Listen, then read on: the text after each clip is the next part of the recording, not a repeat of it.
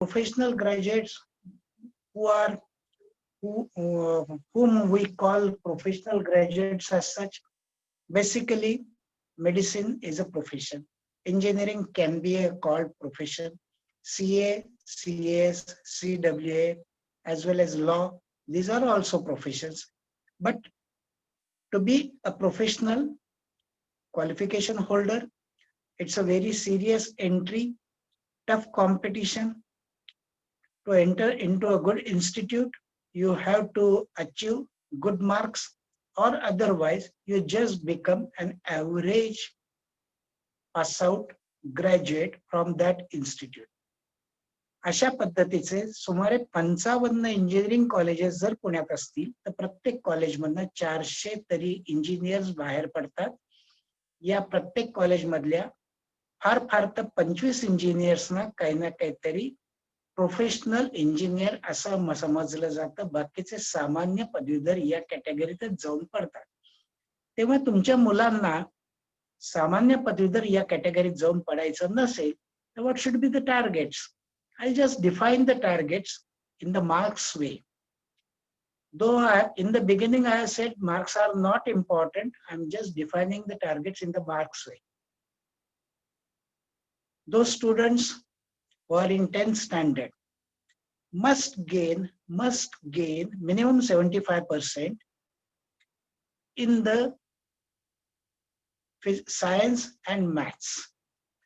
If they are not getting science and maths minimum 75 but getting 85% on an average, something is crucially wrong. So you have to focus on science and maths in the 10th standard. Those who want to enter into commerce, there are very few students attending this seminar for that category. They should focus on the languages. Expressing languages, articulation, as well as grammar of English is most important for them, as well as simple arithmetic, not geometry, not algebra, but simple practical arithmetic is most important for them.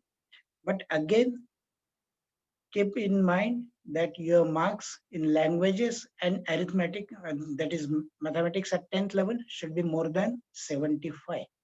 In the 11th standard, you are given an allowance of 5% less achievement. That means if you are below 70% in the 11th standard, maybe commerce, maybe science, maybe arts, you are not focusing on studies but interested in some other activities. So 75% for 10th, 5% less are allowed in 11th, and those who can keep 75% or achieve more than 75%, they are real achievers and are in the race after 12th standard, that you can keep it in mind. Obviously, 12th standard for science students, PCM minimum 70 to 80 range is must in the board examinations.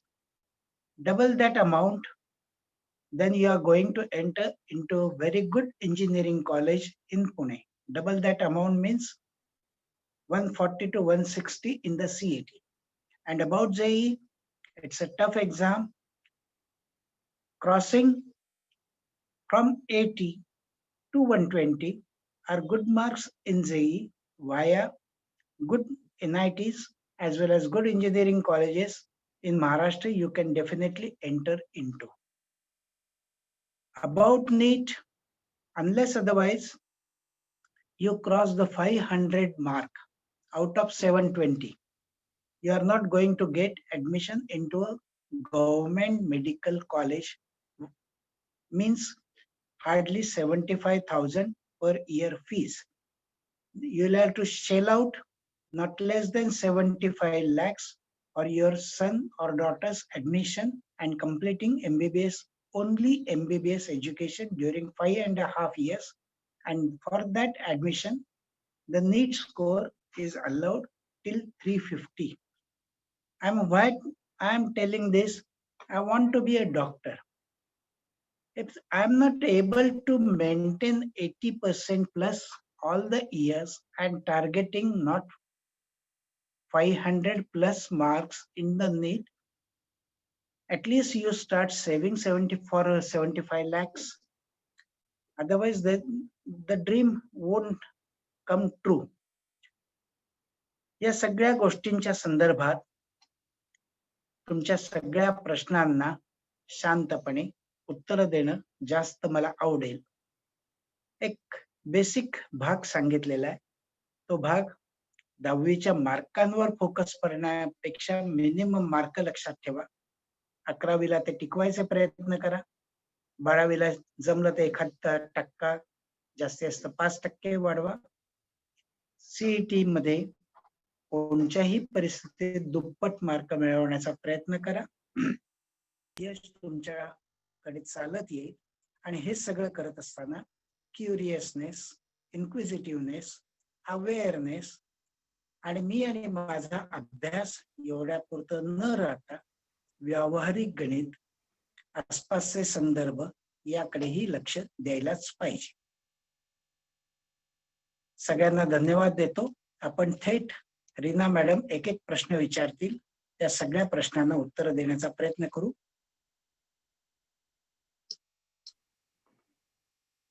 आजच्या कार्यक्रमाचं जे title दिले त्याचं मी प्रश्नोत्तरातनं new age careers कडे जाणार आहे. त्याच्यामुळे new age careers बद्दल डॉक्टर गीत काहीच बोललं नाहीत असं समजू नका. त्याची सगळ्याची यादी आत्ताच मी तुमच्या समोर टाकली.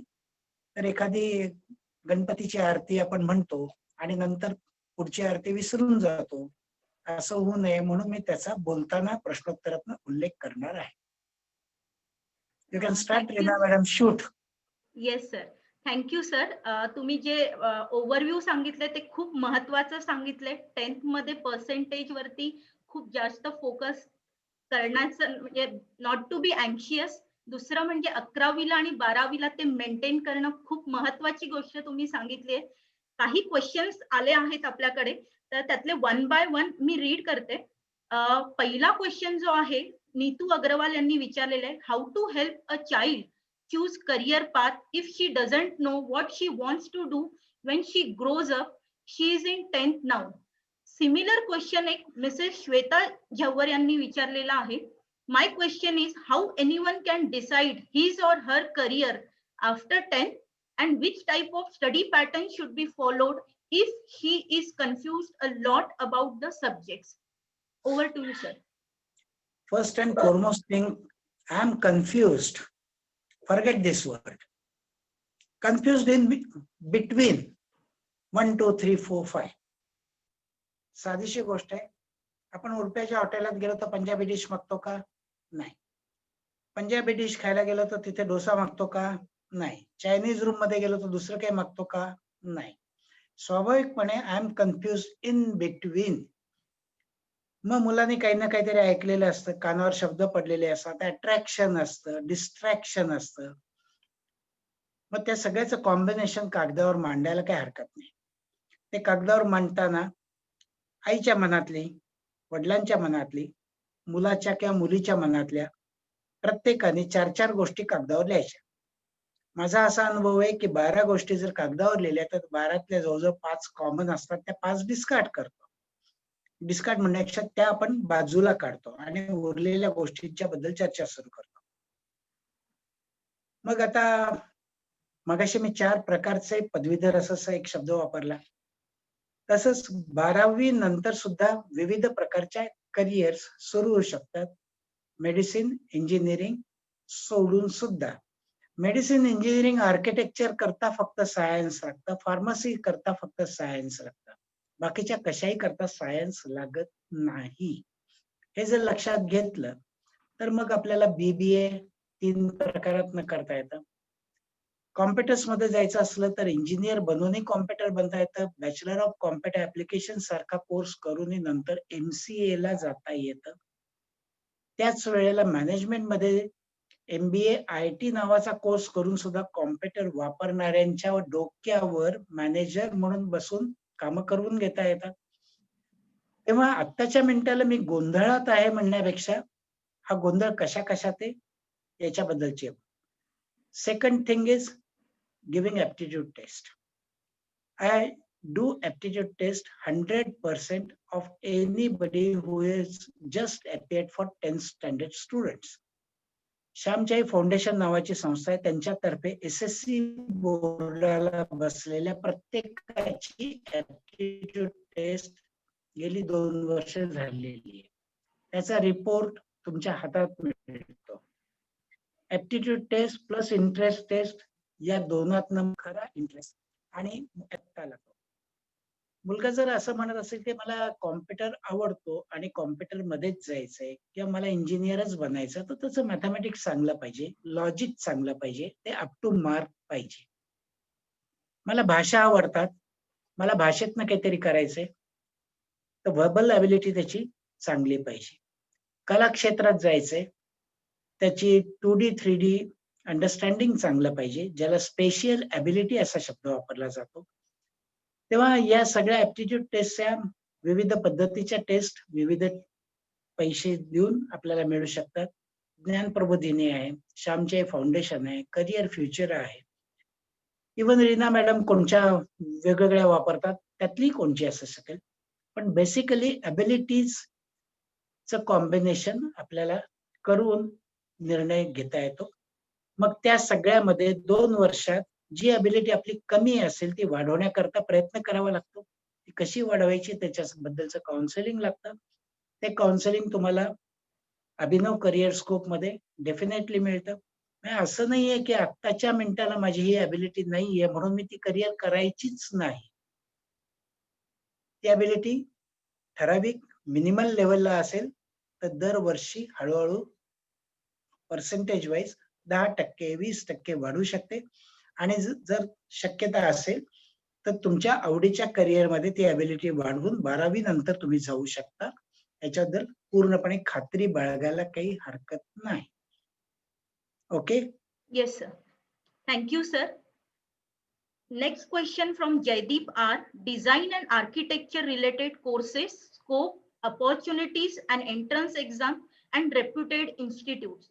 तसाच एक सेकंड क्वेश्चन आहे सुवर्णा साने यांनी विचारलेलं आहे. Which are the areas where creative students have definite scope with no deadly, not healthy competition which may weaken the creativity? Okay. I'll just segregate the architecture from other creatives. Because since last year only, again they have changed the rules. Science has become compulsory. PCMA has become compulsory. So 12th PCM plus NATA or JEE paper 2. This combination is required for the architectural entrance exam, entrance ranking. And according to your ranking, you are going to get the institute. So naming only classic institutes has no value as such. Your marks are most important. For that, 12 science marks plus NATA score divided by 2 makes your rank. And out of that, the ranking in Maharashtra is decided, and all India ranking is decided on the basis of JEE paper 2. This is about architecture. Architecture course is 5 years course after 12th. And most important thing you have to remember, there are no jobs in architecture. You are a professional working on 4% commission of whatever work you do. So there are no jobs, particularly for ladies. It becomes a burdensome thing without working into a company and getting a fixed salary, running from this side to that side. But via architecture, you can develop to landscaping, townscaping, interior, as well as various creative things, as well as standard prototype residential or commercial buildings. This is about architecture. The real creative spectrum is very, very big one. And that spectrum starts from special effects, animation, as well as graphic designing, user interface, which is most required in particularly IT companies. At the same time, portraits, pure arts, interior designing. Per se, only about design, there are at least 4 or 5 specialized areas like transportation design, then product design, as well as your versus accessory design. Like that way, there are various areas. For that, Prime Institute is obviously NID and NIFT. Next is Srushti. Third one in the Pune, there are 4 institutes. First is MIT, another one is SID, third is Creative College VIT. Any of these colleges teach you basic designing as such. After that, you have to work for at least 2 or 3 years with a company with a basic offered salary. The good packages are only held by NID or NIFT people. Rest fall in the same line of average 15,000 to 30,000 range of a package after the very heavily priced courses. Why I'm saying this? Most of the design courses need a fee tag of not less than say about 20 lakhs for the total course as such. And after spending 20 lakhs, if you have offered hardly say about 20,000 rupees, then the question arises, ROI किती, return on investment. अशा पद्धतीत विचार करून चालत नाही. एखाद्या कंपनीत त्या कंपनीत चालतं त्या कामात स्टिप्युलेटेड वेळेत मानेवर खडा ठेवून मी त्यांना पाहिजे ते क्रिएटिव्ह डिझाईन देता येतं का, हे प्रूव्ह केल्यानंतरच तुमचा पगार दुप्पटने चौपट सुद्धा होऊ शकतो. पण ते प्रूव्ह करण्याकरता पहिल्यांदा तुम्हाला इंटर्नशिप करावी लागते. तातडीने फॉरेनला जाण्याचा विचार जर असेल डिझाईनच्या संदर्भात, तर तुमचा पोर्टफोलिओ तयार करताना तुम्ही काय काय कामं केली, कशा स्वरूपाची केली, हे नीट तयार केल्याशिवाय बाहेर ऍडमिशन्स मिळत नाहीत. इटालीमध्ये उत्कृष्ट अशा स्वरूपाचे डिझाईनचे कोर्सेस अवेलेबल आहेत. काही कोर्सेस इंग्लंडमध्ये आहेत. या सगळ्याचा खर्च कमीत कमी 30 ते 70 लाखाच्या दरम्यान जातो. तेव्हा डिझाईन काहीतरी वेगळं आहे, छान आहे म्हणून जाण्याच्या ऐवजी डिझाईन चिकाटीने करण्याची गोष्ट आहे, मन लावून करण्याची गोष्ट आहे. त्याच्यात क्रिएटिव्हिटीची प्रचंड जोड लागते. त्याच वेळेला स्पेशल ॲबिलिटी नावाचा ऍप्टिट्यूड टेस्ट मधला फॅक्टर जो ओरिजिनली उपजत आपल्यात असतो तो आहे की नाही याची तपासणी करा. ही तपासणी करण्याचा दुसरा एक रस्ता आहे. शाळेत असताना जी मुलं A ग्रेडनी पास झाली, they can definitely do very well in these areas.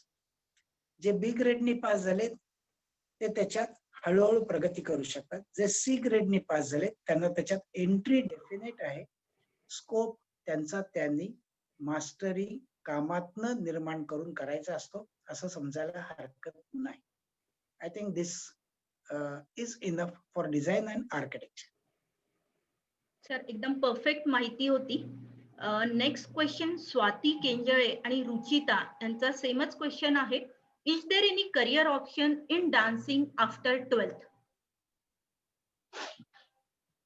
Dancing is a performing art.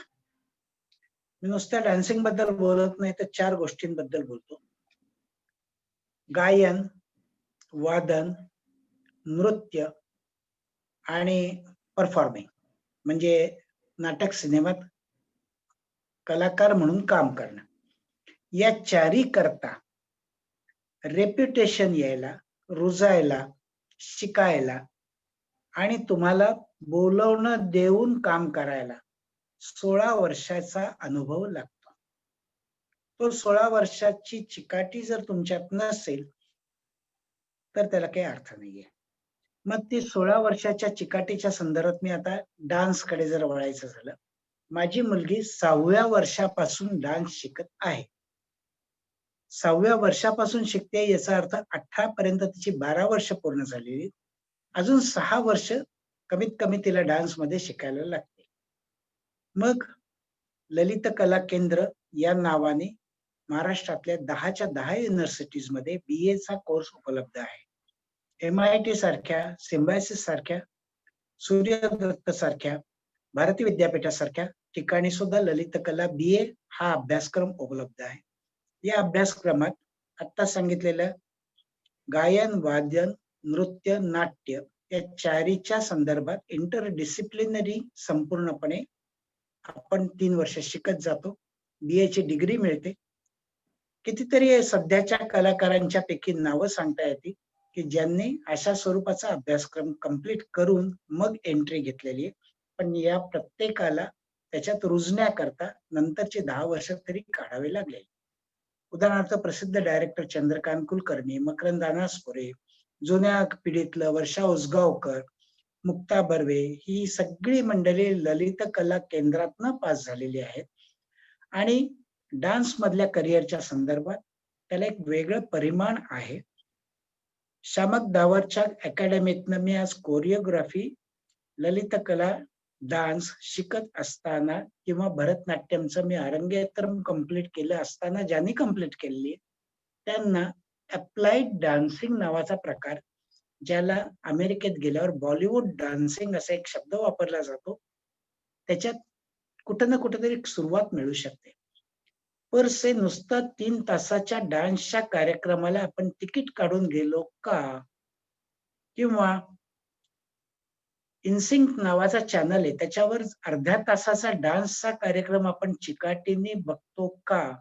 त्याचं उत्तर सामान्य प्रेक्षकाच्या दृष्टीने जवळपास नाही असं येत असेल तर डान्स मधल्या करिअर करता चिकाटी असेल, आवड असेल, क्लासेस मधनं पहिल्यांदा इन्कम सुरू करता येतं आणि हळूहळू नाव मिळाल्यानंतर 16 ते 20 वर्षानंतरच्या करिअर नंतर डान्स मधली करिअर नक्की सुरू होऊ शकते. यासाठी पहिली एक साधीशी पदवी चालू शकते किंवा ललित कलेची पदवी चालू शकते.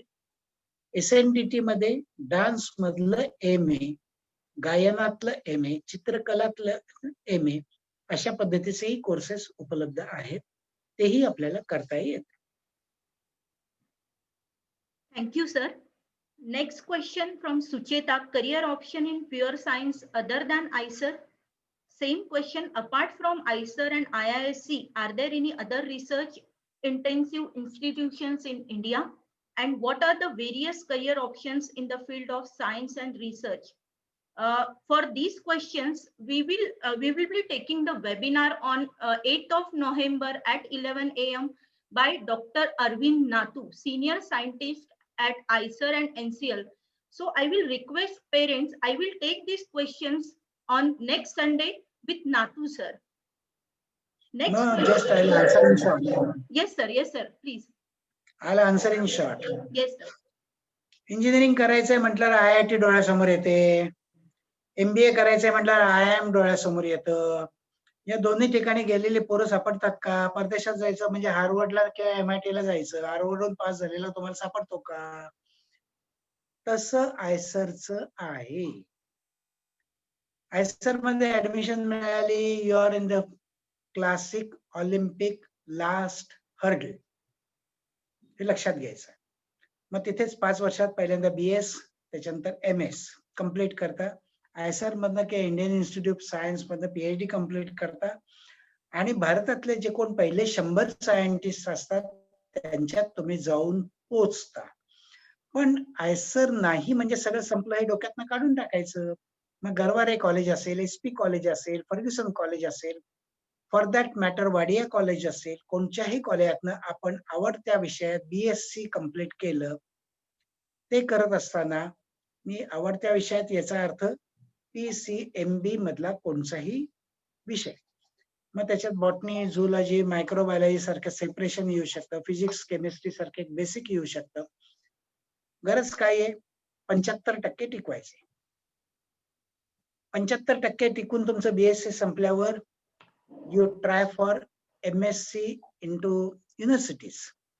युनिव्हर्सिटीमध्ये प्रवेश मिळवा, 75% 2 वर्ष टिकवा आणि त्याच्यानंतर GRE ची परीक्षा देऊन उत्तम विद्यापीठात परदेशात PhD करायला निघून जा. तुम्ही आयसरच्या पहिल्या 100 जणांच्या लाईनीत येऊन बसण्याची शक्यता तरी निर्माण होते तुमच्या कोर्स प्रमाणे. तेव्हा आयसरची ऍडमिशन मिळाली ती कशी मिळेल, काय मिळेल, नातू सर तुम्हाला सांगतीलच.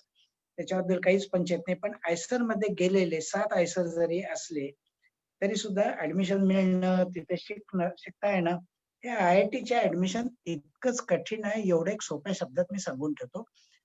पण सायंटिस्ट बनायचं असलं, सायन्स मध्ये जायचं असलं, तर कोणीही तुम्हाला थांबवू शकत नाही. गरज कशाची आहे? प्रचंड क्युरिओसिटीची. का, कधी, केव्हा, कशाला, कुठे हे प्रश्न पडल्याशिवाय जर तुम्ही थांबत नसाल, तर तुम्ही सायंटिस्ट बनायला सुरुवात केलीत असं समजायला हरकत नाही. दुसरी सगळ्यात महत्वाची गोष्ट आहे चिकाटी आणि लेंदी शिकण्याची तयारी. वय वर्ष 32 पर्यंत तुम्हाला शिकायचंय, शिकायचंय, शिकायचंय आणि शिकायचंय. मध्येच मला लग्न करावं असं वाटलं, मिळाली बायको, मिळाला नवरा, करायला काही प्रॉब्लेम नाही. पण 32 पर्यंत शिकायचंय. PhD झाल्यावर 2 वर्ष पोस्टडॉक नावाचा दिलेल्या विषयावर संशोधन करून दाखवणे, त्याचे रिझल्ट देणे, हे केल्यानंतर तुमचा पहिला रुपया मिळणार आहे, हे समजून घ्यायचंय. मला रिसर्च करायला आवडेल हा शब्द 10वीची हुशार मुलं म्हणतात आणि त्यांचे पालक खूप असे उत्साहाने फुसफुसते पुढे जातात.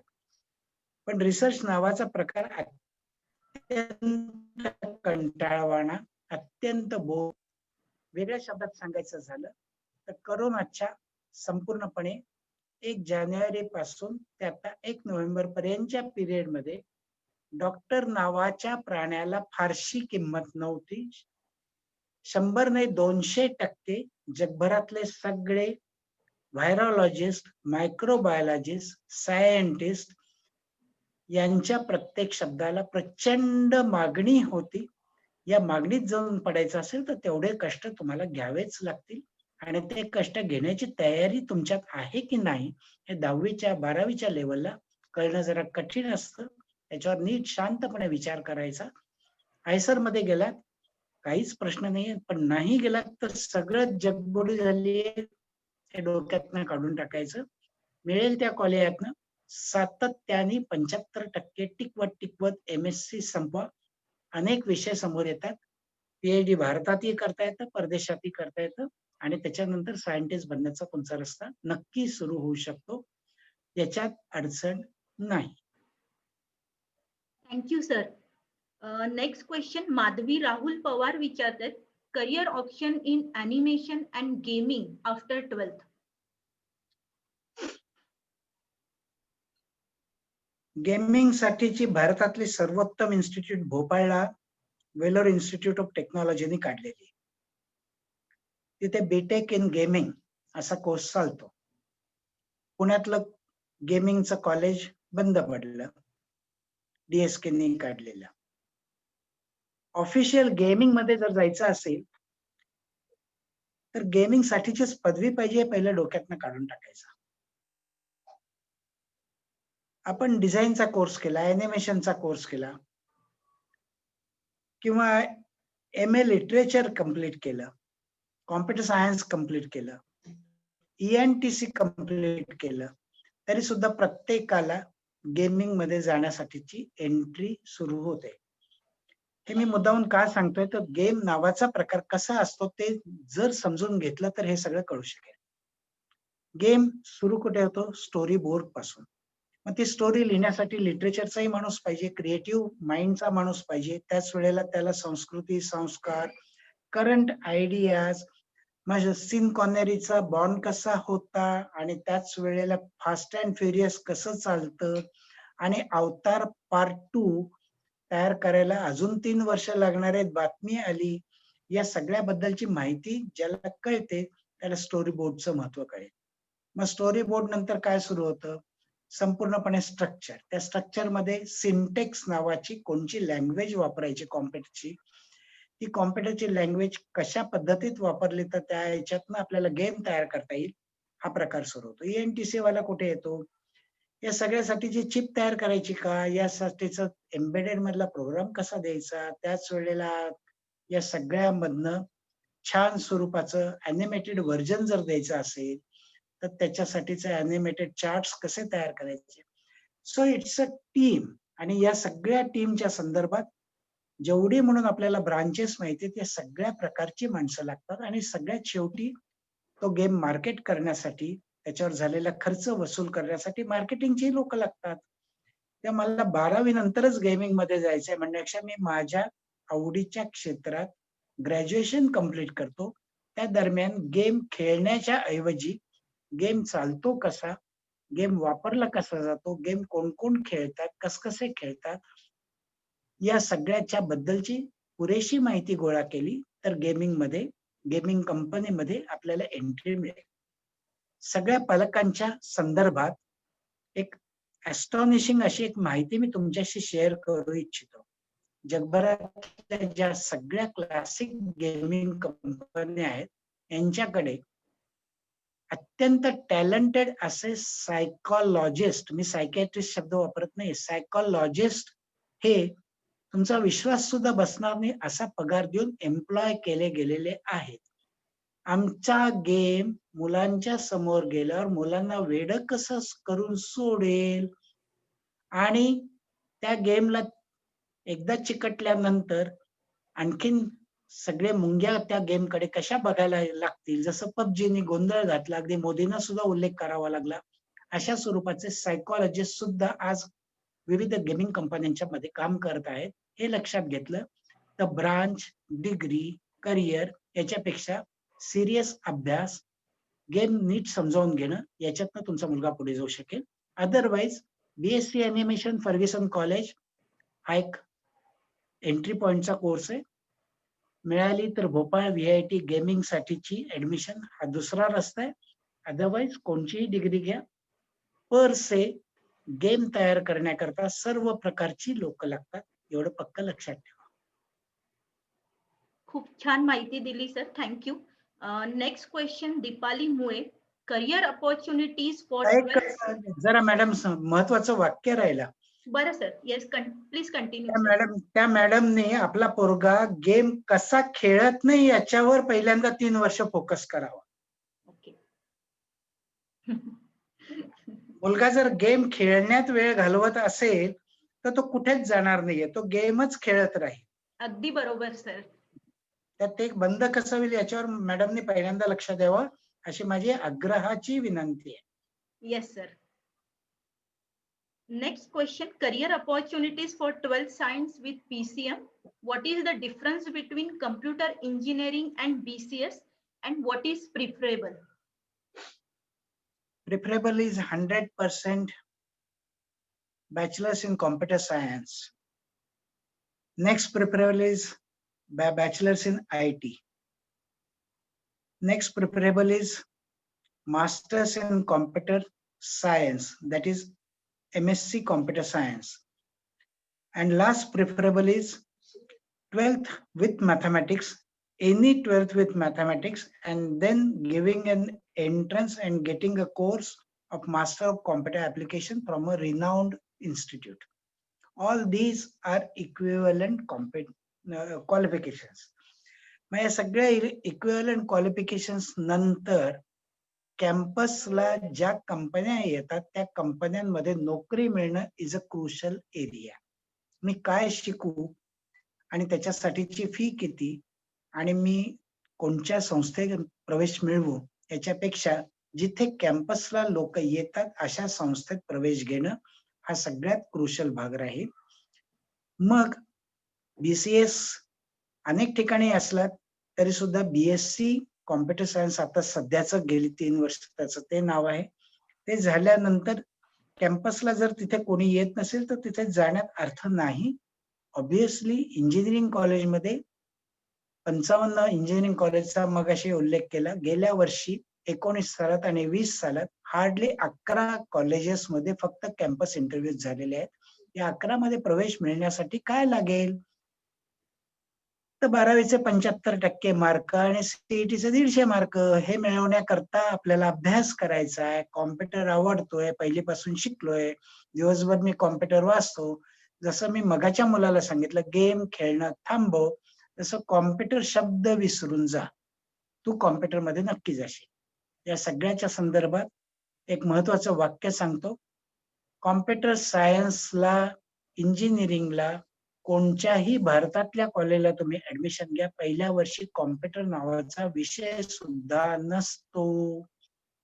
मग मला कॉम्प्युटर आवडतो आणि मला कॉम्प्युटर मधलं खूप कळतं, काही अर्थ राहिला का? सगळ्यांना कॉमन विषय घेऊन इंजिनिअरिंगचं पहिलं वर्ष संपवावं लागतं आणि नंतरची 3 वर्ष कॉम्प्युटर सायन्स मध्ये शिकावं लागतं. तेव्हा कॉम्प्युटर आणि कॉम्प्युटर हे 3 शब्द विसरायचे. PCM, फिजिक्स, केमिस्ट्री, मॅथमॅटिक्स कोणत्याही परिस्थितीत 75च्या खाली 10वीला, 11वीला, 12वीला मी जाणार नाही आणि CET-ला 140 ते 160 मार्क मिळवीन. याच्यावर जी मुलं फोकस करतील ती 100% कॉम्प्युटर मध्ये. Thank you, sir. Next question is by Srinidhi Pratish. Sir, what are the good career options for girls in India in archaeology and what education should be pursued by the same? In archaeology, unless otherwise you complete your postdoc after doctorate, nobody asks you. Archaeology शब्द म्हणून नुसता छान आहे. हे सगळं जे आहे interdisciplinary आहे. हिस्ट्री मधनं जाता येतं, दुसरी एखादी डिग्री असेल त्याच्यातनंही जाता येतं. आर्किओलॉजीचं एक छोटंसं भावंड इंडॉलॉजी म्हणून डेक्कन कॉलेजमध्ये अवेलेबल आहे. MD-MS झालेल्या माझ्या 12 मित्रांनी आज घटकेला इंडॉलॉजीचा कोर्स व्यवस्थित कंप्लीट केलेला आहे. हे सगळं पोस्ट ग्रॅज्युएशनचं एवढं लक्षात ठेवायचं.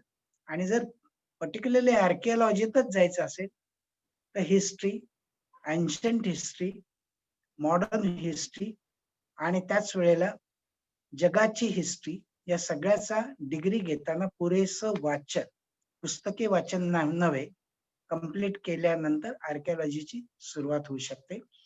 डेक्कन कॉलेजमध्ये पुण्यात जागतिक दर्जाचे कोर्सेस अवेलेबल आहेत. JNU मध्ये कोर्सेस अवेलेबल आहेत. पाश्चात्य देशातही डॉक्टरेट करायला आपल्याला जाता येतं. मुलींना त्याच्यात स्कोप आहे का म्हणण्यापेक्षा प्रत्येकाला आर्किओलॉजीत स्कोप आहे, पण तो भारतात खूप कमी आहे. हे पहिल्यांदा नीट समजून घ्यायचं.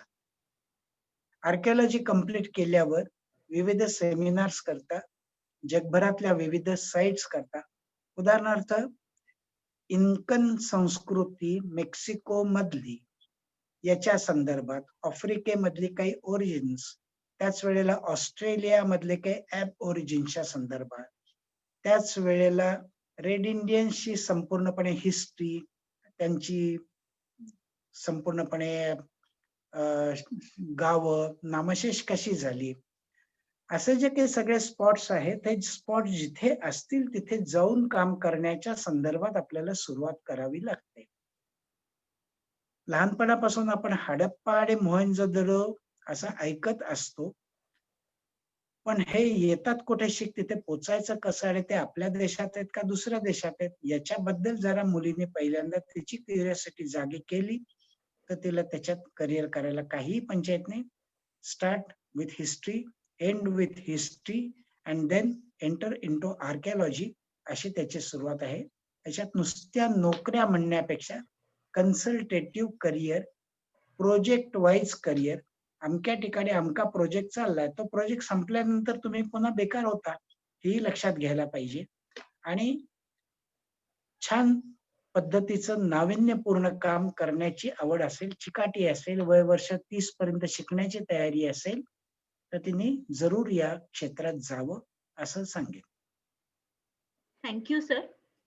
Next question is related to medical. The question been asked by Siddhant Bari.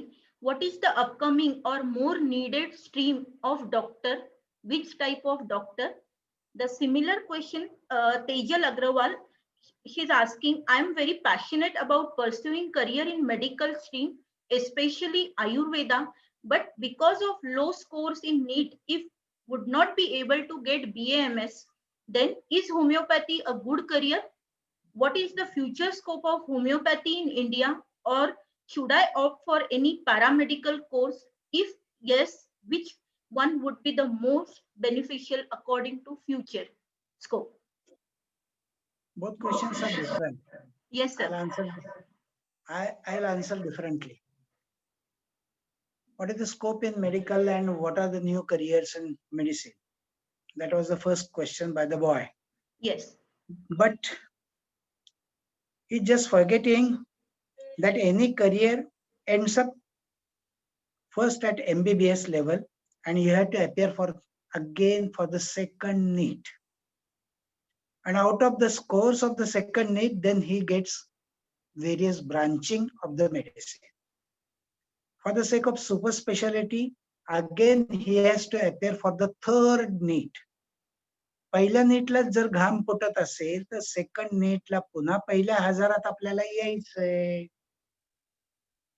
For the government seats in Maharashtra particularly, you have to be in the first 2000 number to enter into government college. Out of these 2000, again there is second NEET, and out of that second NEET, only 500 are going to get what they want, like cardiology, nephrology, chest physician, surgery, whatever it may be. So the branching happens after second NEET. तेव्हा scope कशात आहे याची चर्चा करण्याच्या ऐवजी first नीटला मला 500 mark कसे मिळतील याच्यावर त्यांनी फोकस करायचे.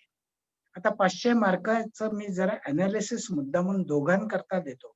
दुसऱ्या मुलीचे मार्क कमी पडलेत तिच्यासाठीही हे उपयोगी पडेल. 500 मार्क भागिले 4 याचा अर्थ फक्त 1,200 प्रश्न. 1,200 प्रश्न 180 पैकी 1,200च प्रश्न सुटले आहेत म्हणून आपल्याला 500 मार्क पडलेले आहेत. म्हणजे आपला अभ्यास कुठे कमी पडला इथपासून सुरुवात करायची आणि तो मोठ्या स्पेक्ट्रमचा अभ्यास इन डेप्थ करायला सुरुवात करायची. तेव्हा मेडिसिन मध्ये करिअर्स भरपूर आहेत, देशात आहेत, परदेशात आहेत, पण त्या सेकंड नीट नंतर त्याची डिव्हिजन सुरू होते हे लक्षात घ्यायचं. वय वर्ष 28 पर्यंत सेकंड नीट नंतर तुमच्याकडे हातात पोस्ट ग्रॅज्युएशन येतं आणि ते पोस्ट ग्रॅज्युएशन संपल्यावर सुपर स्पेशालिटी नावाचा जर तुम्हाला प्रकार करायचा असेल, in simple word what is super speciality? Only heart, only kidneys, only brain, only lungs, only liver, only intestines या सगळ्याच्या संदर्भात फक्त त्या अवयवाच्या कामाच्या संदर्भात शिक्षण, दॅट इज DM और MCH. MCH केल्यानंतर ऑपरेटिंग आणि DM डॉक्टर ऑफ मेडिसिन याच्यानंतर औषधं तपासून देणं या पद्धतीत आपण जातो, म्हणजे कार्डियाक फिजिशियन आणि कार्डियाक सर्जन.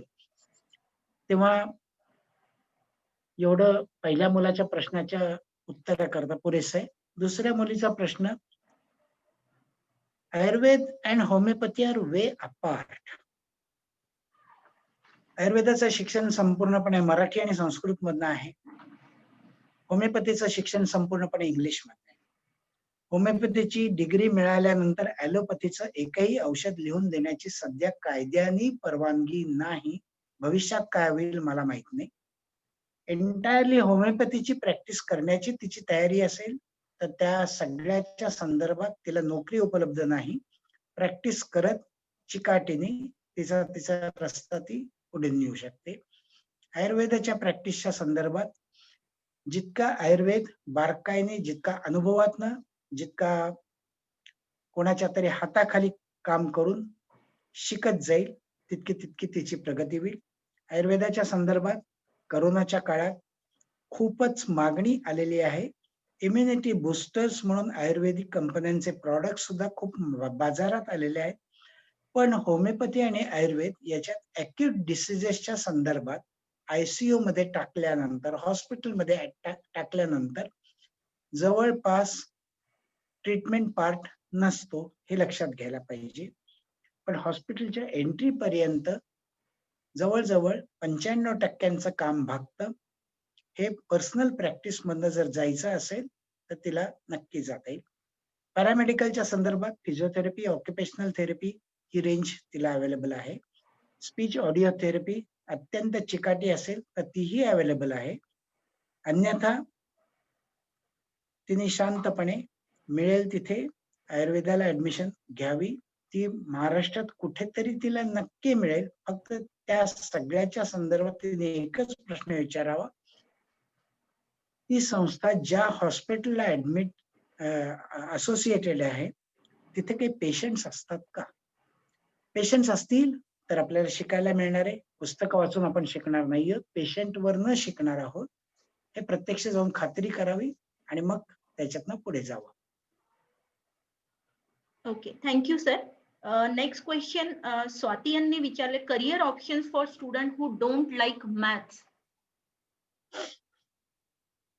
गणितातनं जाणारे, गणित आवडतं म्हणून त्याच्यातनच जाणारे 30% लोक असतात. उरलेल्या 70% गणित कळतही नाही, समजतही नाही आणि येतही नाही. मी 70% आहे असं समजा. तेव्हा अनेक स्वरूपाच्या करिअर्स आहेत.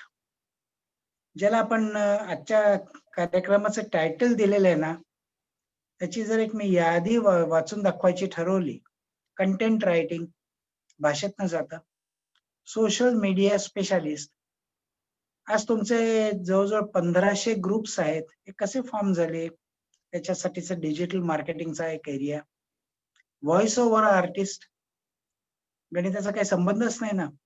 प्रॉडक्ट डिझायनर्स, डेटा मायनर्स, गणित लागतं.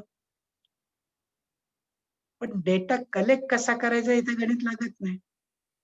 आज घटकेला आरोग्य सेतूतनंही 16 कोटींचा डेटा झालेला आहे. तुमचं लोकेशन तुम्ही टाकता त्याच्यातनंही डेटा तयार होतो.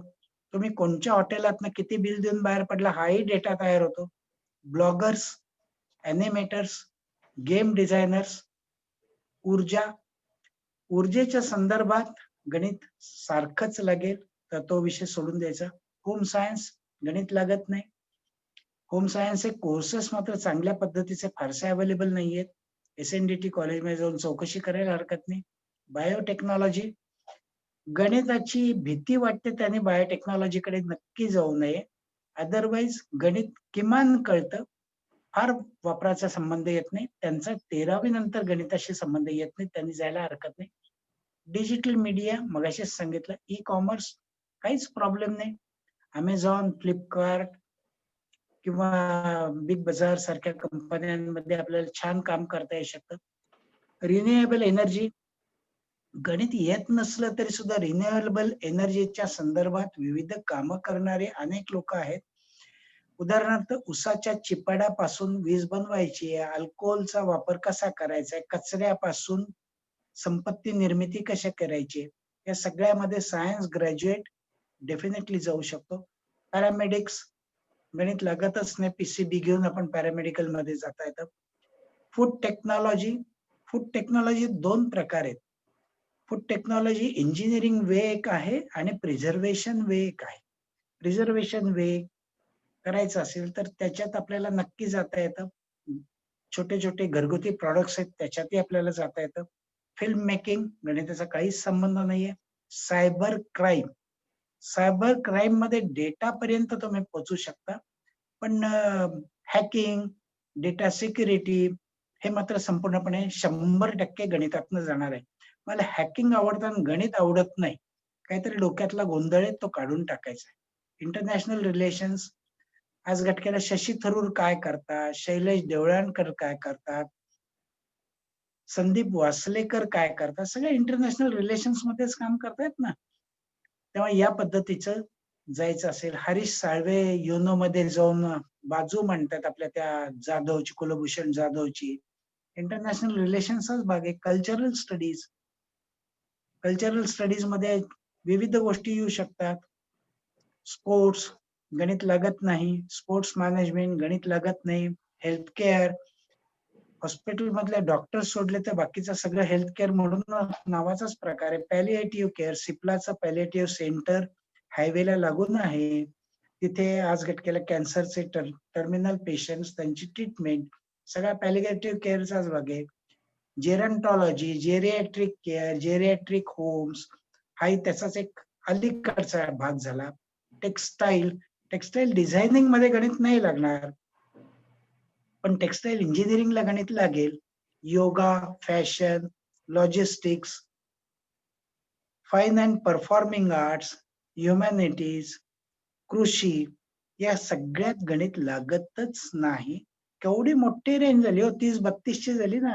म्हणूनच मी कार्यक्रमाच्या सुरुवातीला याची यादी वाचून दाखवली नाही. अप्रोप्रिएट प्रश्न आल्यावर त्या यादीचा उल्लेख करून, आणि पुन्हा एक सांगायचं झालं, 10वी 11वी 12वी नंतर मला सायन्स आवडत नसलं तर आता सांगितलेल्या यादीतल्या कुठल्याही करिअर मध्ये तुम्ही जाऊ शकता. ग्रॅज्युएट बना. ग्रॅज्युएट बनताना त्या एरियातल्या कामाबद्दल माहिती करून घ्या. मग ती हॉबी म्हणून तुम्ही करून घेऊ शकता, त्याच वेळेला उमेदवारी म्हणूनही करून घेऊ शकता, आणि ती सगळी घेतल्यावर त्यातली सुंदरशी करिअर सुरू होऊ शकते. याच्यावर विश्वास ठेवा. सध्याच्या मिनिटाला 10वीचे मार्क, 11वीचे मार्क, 12वीचे मार्क लिहून ठेवलेले जर असले तर ते पक्के लक्षात ठेवायचे, ती टार्गेट्स लक्षात ठेवायची आणि त्याच्यातनं पुढे जायचं. सर तुम्ही खूप छान लिस्ट दिली आहे करिअर्सची ऍक्च्युली. थँक्यू. सर काही क्वेश्चन्स घेता येतील आपल्याला? हो, घेता येते. मी तुमचं नॉड येईपर्यंत इथेच उत्तर द्यायला बसलेलो आहे. नाही सर, तसं नाही. 12 वाजून मला मला झाले. मला भूक लागलेली नाहीये. आज तुमच्या करता वेळ द्यायचा म्हणून मी छान पोटभर नाश्ता करून बसलोय. 1:30 वाजेपर्यंत सुद्धा माझ्याकडे वेळ आहे. सर मी अजून 15 मिनिटं फक्त घेईल. एक तुमच्या- काही 3-4 क्वेश्चन्स तरी तुमच्याकडचे किती पालक वॉकआउट झालेत ते बघायचं आणि प्रश्न चालू ठेवायचे. सर अजून 174 आहेत पॅरेंट्स. मग काय पंचायत नाही. त्यांना भुका लागेपर्यंत आपण चालू ठेवू. काही क्वेश्चन्स मी घेऊ इच्छिते. एक 4-5 क्वेश्चन खूप महत्वाचे आहेत. नेक्स्ट क्वेश्चन डॉक्टर मनीषा यांनी विचारलेले, career option in arts. Same question Sonali Deshmukh यांनीही विचारले, करिअर इन आर्ट्स. आर्ट्स नावाच्या विषयामध्ये भाषा नावाचा एक मोठा सेक्शन येतो. त्या भाषांमध्ये परदेशी भाषा वेगळ्या, भारतीय भाषा वेगळ्या. आपल्याला आवडते भाषेतनं करिअर करता येऊ शकतं. भारतीय भाषातनं असो, परदेशी भाषातनं असो. परदेशी भाषा असा शब्द सुरू होतो त्यावेळेला इंग्लिशचं परफेक्शन हे अत्यंत महत्वाचं आहे. Because you are going to learn any foreign language via English. English कच्चं आहे आणि मला फॉरेन लँग्वेज आवडते, समथिंग क्रुशली रॉंग. इंग्लिश ग्रामरही पक्क पाहिजे. बिकॉज ज्याला अप्लाइड अर्निंग किंवा नोकरी किंवा काम असं आपण म्हणतो त्यावेळेला it is via English medium. तेव्हा इंग्लिश लिटरेचर पक्क पाहिजे का तर नको, पण इंग्लिश ग्रामर पक्कच पाहिजे. भारतीय भाषांच्या संदर्भात सुद्धा भरपूर स्कोप आहे. उदाहरणार्थ संस्कृतचा वापर करून आज घटकेला अनेक स्वरूपाच्या सुंदर ब्लॉग्स, सुंदर ग्राफिटीज, योगाच्या संदर्भातल्या गोष्टी, आयुर्वेदाच्या संदर्भातल्या गोष्टी, एन्शंट संस्कृत स्क्रिप्ट मधनं केल्या जाणाऱ्या गोष्टी, याच्याकडे ओघ वाढत आहे. परदेशात सुद्धा याला डिमांड आहे. अशा पद्धतीत आज घटकेल्या एखाद्या परदेशी विद्यापीठात काम करण्याकरताही तुम्हाला जाता येऊ शकतं. याच्यानंतरचे विषय बेसिक 4 ह्युमॅनिटीज मधले विषय. मी ह्युमॅनिटीज असा शब्द वापरतोय. सोशिओलॉजी, पॉलिटिकल सायन्स, इकॉनॉमिक्स, हे 3 अत्यंत महत्वाचे विषय. जोडीला आली हिस्ट्री आणि त्याच्या जोडीला आली जिओग्राफी. थोडस सायन्सचा भाग म्हणून भूगर्भशास्त्र शिकवलं जातं, पण भूगर्भशास्त्र हा ह्युमॅनिटीज घेऊन सुद्धा तुम्हाला करता येतो. आणि सायकोलॉजी सारखा आणि फिलॉसॉफी सारखा विषय हा याच्यातनं येऊ शकतो. हे सगळे विषय शिकत असताना मास कम्युनिकेशन सारखा अभ्यास जर आपण थोडासा जोडीला केला, इंटरनॅशनल बिझनेस सारखा अभ्यास केला, इंटरनॅशनल रिलेशन्स सारखा अभ्यास केला, थोडासा इंटरनॅशनल लॉ सारखा अभ्यास केला, तर वेगळ्या स्वरूपाच्या करिअर्स कडेही आपल्याला जाता येतं, ज्या रिअली फॅसिनेटिंग करिअर्स म्हणून म्हणता येतील. अदरवाईज ज्याला UPSC, MPSC, बँकांच्या परीक्षा यासाठीचे लागणारे जे 4 विषय आहेत ते आहेत अर्थशास्त्र, राज्यशास्त्र, इतिहास आणि भूगोल. या 4 विषयांचा जर चांगला अभ्यास असला तर सर्व स्वरूपाच्या स्पर्धा परीक्षांची जवळ-जवळ 70% तयारी आपली ग्रॅज्युएशन होत असताना होते आणि त्याचाच व्यापक विस्तार म्हणून आपण नंतर करायला लागतो आणि तो व्यापक विस्तार झाल्यावर तोच विषय बाय चॉईस UPSC करता घेतला तर त्याचा फायदा होऊ शकतो. एकेका विषयातनं जर करिअर म्हणायची झाली तर ती खूप कॉम्प्लिकेटेड आहे. त्याच्यासाठी जसं मी सायन्स मधल्या करिअर्स करता म्हटलं, की कमीत कमी डॉक्टरेट पर्यंत तुम्हाला शिकावं लागेल. तसं इकॉनॉमिक्स मधनं मी MA कंप्लीट केलं. अगदी गोल्ड मेडल मिळालं तरी सुद्धा कुठेतरी रिसर्च असोसिएट याच्या पलीकडे सुरुवात होऊ शकत नाही. मग ते पुण्यातल्या गोखले इन्स्टिट्यूट मध्ये असू शकेल किंवा एखाद्या NGO बरोबर असू शकेल. पण ज्या वेळेला तुम्ही डॉक्टरेट करता त्यावेळेच्या तुमच्या डॉक्टरेटच्या विषयाच्या अनुरूप तुम्ही अर्थशास्त्रातल्या एखाद्या टिपिकल एरियामध्ये मदतीला संशोधनाकरता जाऊ शकता. सोशिओलॉजीच्या संदर्भात सुद्धा भारतातल्या ट्राईब्स, भारतातल्या कम्युनिटीज, मराठा आरक्षणासारखा विषय असेल, ओबीसी सारखा विषय असेल, याची जितकी डेप्थ मध्ये तुम्ही माहिती मिळवाल तितक्या तितक्या तुमच्या सगळ्या व्याप्ती वाढत जाते. कदाचित एक वेळ अशी येते की मी आर्ट्स घेतलंय आणि आता सांगितलेल्या 4 किंवा 6 विषयातनं मी BA कंप्लीट केलंय, पण आता मला काही नाही करायचं. एक वेगळ्या स्वरूपाचं आपल्याला बायफर्केशन मिळू शकतं. Tata institute of social sciences मधनं किंवा अझीम प्रेमजीच्या बंगलोरच्या इन्स्टिट्यूट मधनं आपण पोस्ट ग्रॅज्युएट कंप्लीट जर केलं किंवा जनरल MBA कडे वळलो तर पुन्हा आपण मेनस्ट्रीम मध्ये येऊ शकतो. खऱ्या अर्थाने जर ह्युमॅनिटीज आवडत असेल तर तो लांबचा रस्ता आहे, चिकाटीचा रस्ता आहे, अर्थ लावण्याचा रस्ता आहे. नुसतं मला ते आवडतं असं सांगण्याचा रस्ता नक्की नाही. हे समजून घ्यायला पाहिजे. हे आवर्जून सांगेन. Thank you sir. आता आपण सायन्सचे क्वेश्चन्स घेतले, आर्ट्सचे पण झालेत. एक क्वेश्चन आता कॉमर्स रिलेटेड आहे. What are the different career options apart from CA, CS, BBA, 12th commerce and some idea about scope of ACCA? Gauri Patil यांनी हा क्वेश्चन विचारलेला आहे. शेवटचा काय म्हणला? Some idea about scope for ACCA. ACCA चा लॉंग फॉर्म सांगता का? तर मला पण नाही माहिती. मग त्यांना विचारा ना. त्यांना माहिती असला तर त्याच्यात जायचं ना. म्हणून मी म्हणतोय मला माहिती हो. काहीतरी उगाच आपण शब्द ऐकतो आणि त्याच्यातला स्कोप काय म्हणून सुरुवात करतो. कॉमर्सच्या संदर्भात anything under the sky false in commerce. Anything under the sky false in commerce म्हटल्यावर हे पालक सकाळी उठल्यापासून झोपेपर्यंत जेवढ्या गोष्टी करतात या प्रत्येकात त्यांच्या मुलाला स्कोप आहे आणि याचं ऑडिट करण्याकरता CA आहे. हे तयार करणाऱ्या कंपनीत सेक्रेटरी म्हणून काम करण्यासाठी कंपनी सेक्रेटरी. तो जो प्रॉडक्ट तयार होणार आहे त्याचं कॉस्टिंग ठरवण्यासाठी ICWA चा कोर्स आहे आणि MBA हे सगळं मॅनेज करण्यासाठीचा आहे. हे लक्षात घेतलं तर राहिलेल्या सगळ्या गोष्टींच्या संदर्भात कॉमर्समध्ये स्कोप आहे. मग BCom शिकत असताना कोणकोणते विषय येतात? बँकिंग येतं, कॉस्टिंग येतं, लॉजिस्टिक्स येतं, सप्लाय चेन मॅनेजमेंट येते, त्याच वेळेला ट्रेडिंग येतं, शेअर बाजार येतो.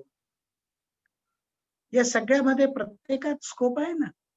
सगळ्यात महत्वाची गोष्ट हेल्थ इन्शुरन्स, सध्याचा hot topic, life insurance, term insurance.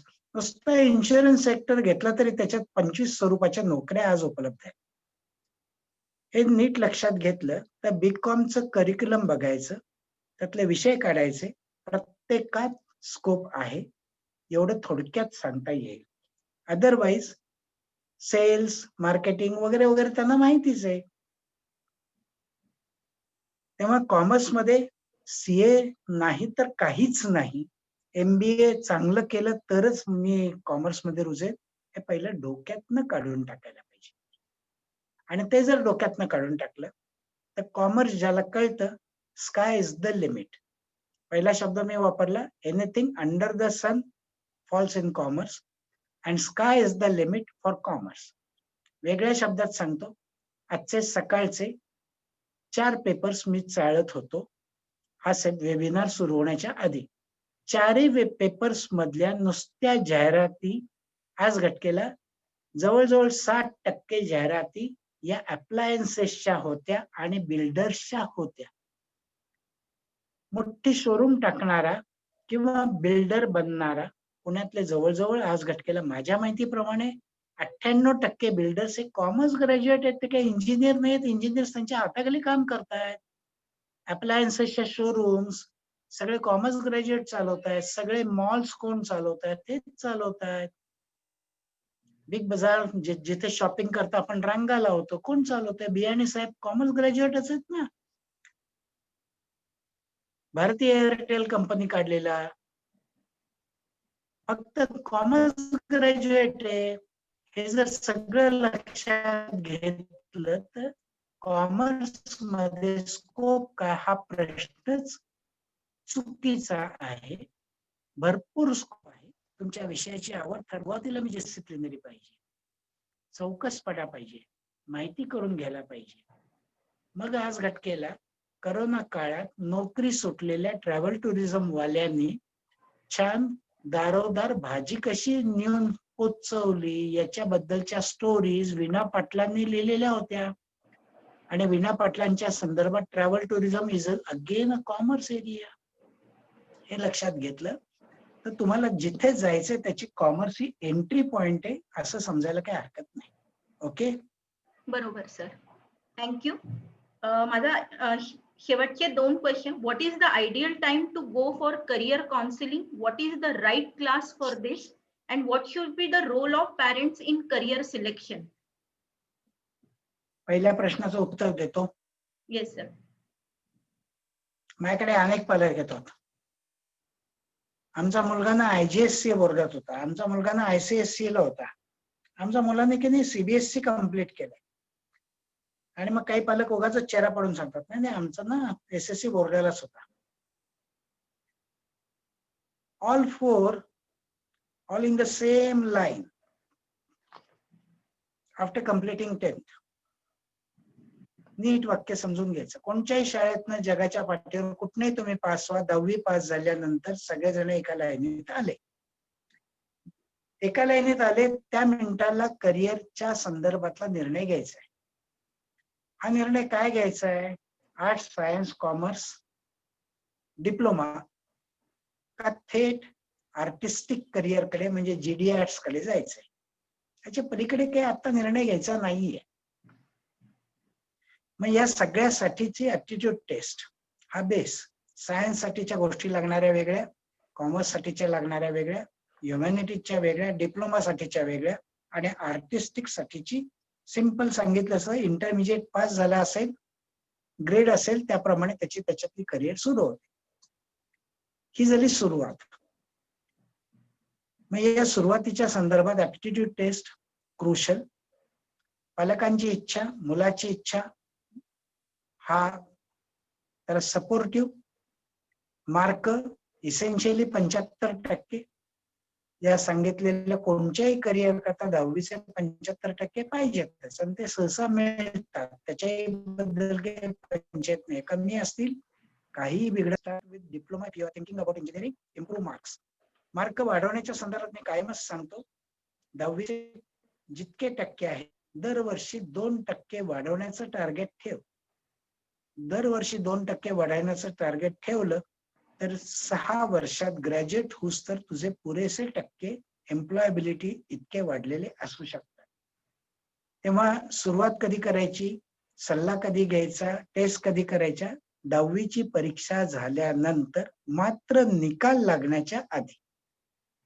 म्हणजे 3 महिने आपल्याला हे करणं शक्य आहे, हे केलं तर फायद्याचं आहे आणि ते करण्याच्या दृष्टीने पूर्वतयारी करता येण्याच्या दिशेने माहिती गोळा करणं आपल्याला जमू शकतं. माहिती गोळा करायची म्हणजे काय करायचं, मुलाला इंजिनियर व्हायचंय, कुठल्या ब्रांचचा वाटतं, तो म्हणतो कॉम्प्युटरचा.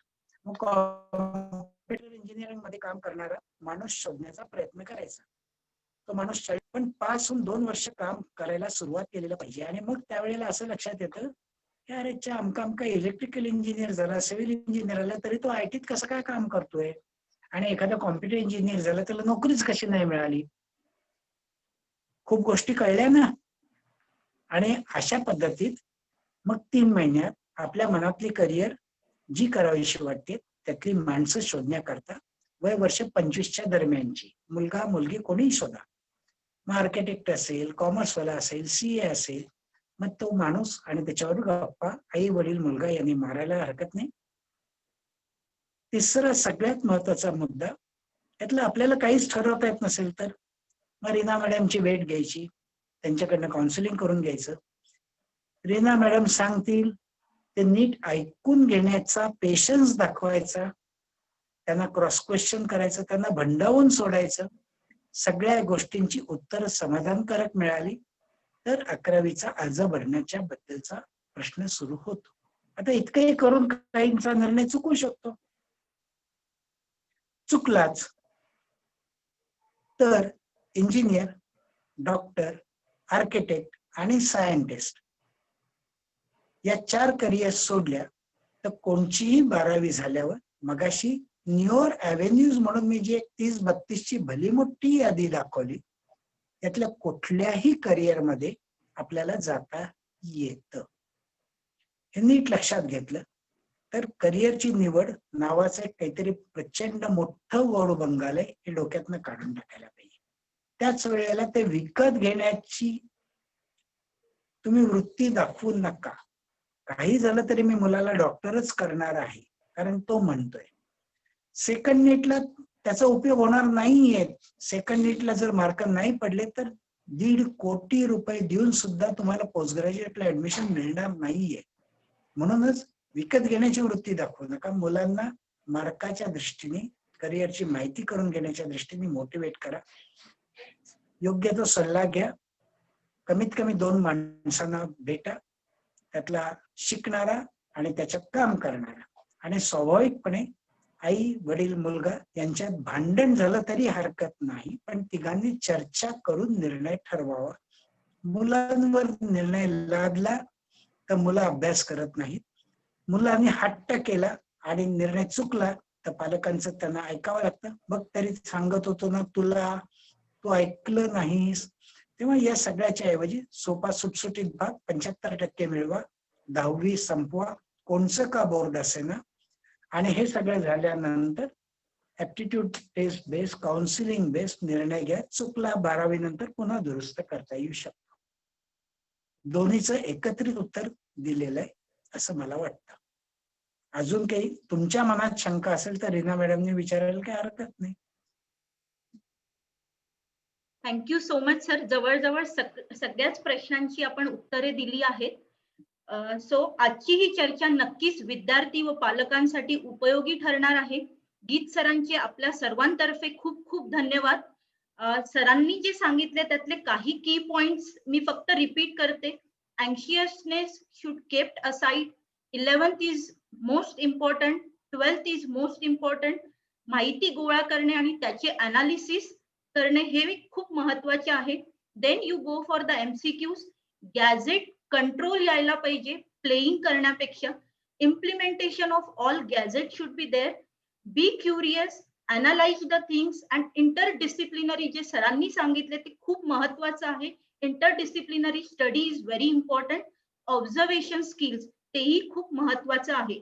आणि जसं सरांनी बोलत PCM ला 70 to 80%, CET ला 140 to 170, JEE ला 80 to 120 to get into NIT or any good engineering college, and for NEET try to cross 500 plus. So these are the takeaways from today's webinar. सरांचे मार्गदर्शन आपण सर्वांना असेच मिळत राहू हीच सदिच्छा. शेवटच्या 2 गोष्टी येस सर मुद्दामून सांगतो ज्या तुमच्या समरी मध्ये आलेल्या नाहीत. आणि कन्फ्युज शब्द विसरायचा. कशात कन्फ्युज. स्वाभाविकपणे उत्तराची दिशा सुरू होते. नुसतं अँक्शियसनेस बाजूला नाही ठेवायचं, तर आय एम कन्फ्युज्ड करेक्ट म्हणून सर. भला मोठा आंबोसा चेहरा करून नाही यायचा. आणि दुसरं सगळ्यात महत्वाचं, गेल्या 10 महिन्यात आपल्याला धडा मिळालेला आहे, हेल्थ हेल्थ आणि हेल्थ. अगदी बरोबर. रोज रोज थोडासा तरी व्यायाम करा, फिटनेस ठेवा, संपूर्ण आयुष्यभराकरता ते तुम्हाला मदत करेल. Yes sir. सर्वांना मनपूर्वक धन्यवाद. Abhinav career scope, Reena madam आणि आजचा वेबिनार अटेंड केलेले सर्व पालक, मनपूर्वक धन्यवाद. Thank you so much sir once again.